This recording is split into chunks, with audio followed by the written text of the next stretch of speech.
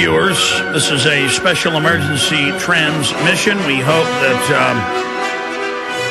that things turn out to be a false alarm put out by the Mexican U.S. government, as well as the British government, the United Nations, World Health Organization, and others. I'm going to be here live for the next 2 hours, and we're going to be opening the phones up coming up in about 30 minutes, and I'll give you that special in-studio toll-free line. We will not be using the Genesis phone numbers because this special transmission is only at Infowars.com, PrisonPlanet.com, on the audio streams for the radio listeners and viewers at PrisonPlanet.tv. Again, thank you so much for joining us this evening with this important news and information that needs to be covered.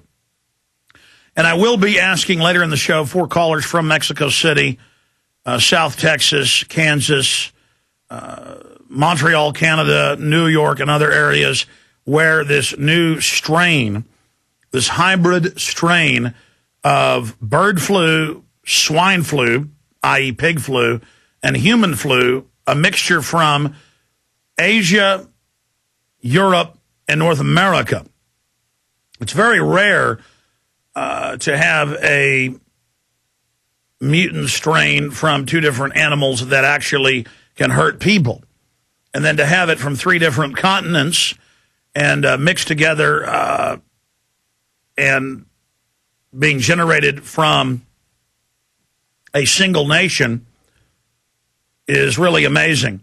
So we've got a ton of important information to cover on this front, all the latest news for you tonight. Let me just go over some of the headlines. I'm going to break down what I believe is really behind this and what we're facing. Mexico's Calderon declares emergency amid swine flu outbreak. They've basically locked down Mexico City. They're putting people in quarantine who have the flu. There are reports coming out that at least 68 are dead. Some reports are now saying it's over 200, but that they're covering that up not to create a panic.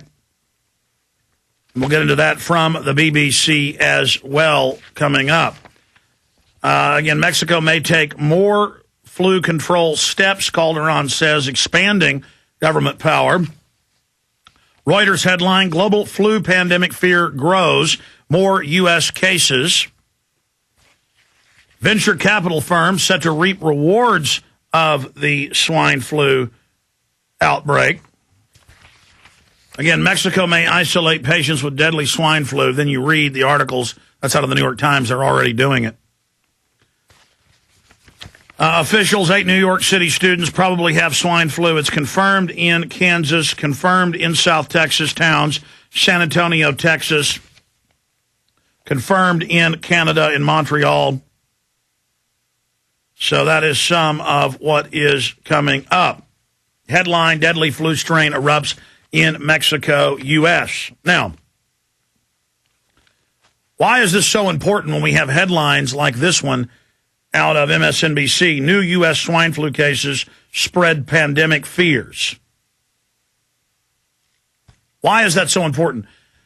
You'll notice that I haven't really, over the last 4 or 5 years with all the bird flu fear-mongering by the governments of the world, spent a lot of time on it. But in the last few months I have, because we've seen preparatory conditioning in the media for a controlled release. I've seen signs in the propaganda campaign that made me go on air in the last 2 months and say that I believe they may have some bird flu, swine flu scares that are preparatory trial balloons to test the public to see if the establishment wants to indeed release a controlled pathogen into the general population. There's a lot of facets to this I'm about to go over, so be patient here. This is all important. I'm going to try to be as calm as possible to cover all this in detail. We have to remember that the 1918 Spanish flu that killed between 40 and 60 million people, historians and governments argue about that. We have to remember that between, well, some estimates are higher, but at least 40 million people died. And that broke out on U.S. military bases simultaneously in separate geographic areas. Clearly a bioweapon. We know that the Army 9 years ago dug up the Spanish flu, went to whaling sites in the Arctic coast, and dug up dead whalers that had been frozen in the permafrost at the different cemeteries that had the very deadly strain of the of the Spanish flu in them that killed over 40 million people. Now, why couldn't they just get it in the environment today? Because it mutates.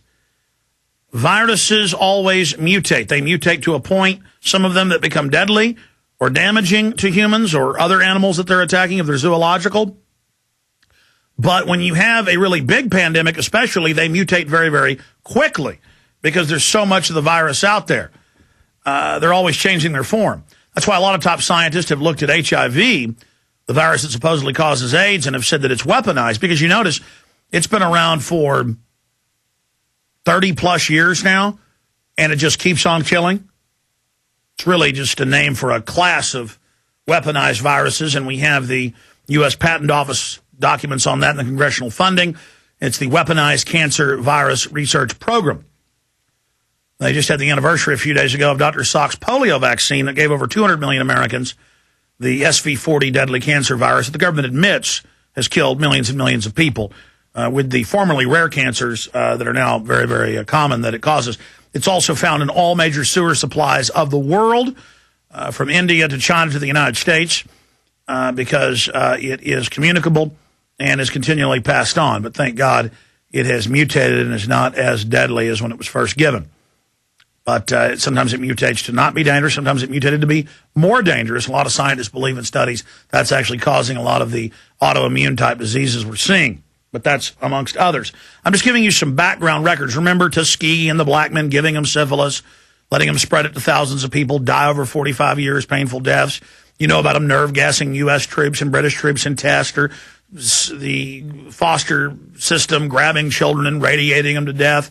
And you didn't know about that? Just Google it. It's mainstream news. The Department of Energy has all these apologies and letters and websites about it, and they admit they did it. So to sit there and say they don't do this when there's thousands and thousands of programs, tens of thousands of separate cases alone in those thousands of programs that are declassified, for me to sit up here and talk about this could be the government is the first thing we should do. You know, they've had two releases in 2001 and then again last year out of the Portendown Bioweapons Lab, zoological lab in England. And then suddenly, simultaneously, it spreads all over England to the cows and sheep in just a matter of days in separate sites hundreds of miles apart. And it's a weaponized form. And we knew it was weaponized and said it was, and it came out it was. And they said, somebody snuck out of the lab with it. And simultaneously, this one rogue person went to hundreds of farms. And I mean, come on, folks. And then the government admits they released this deadly horse flu in Australia. And they say, some bad employee that's an environmentalist snuck out and gave horses all over Australia, thousands of miles apart. It all pops up at once. This is done by design. Now, I have some of the history of that. They had another, after the Spanish flu, they had a swine epidemic in 1918 that killed several million people worldwide. 600,000 died in UK, France, and Germany alone. 548,452 died in the U.S., so just we'll say millions worldwide. That was the second one.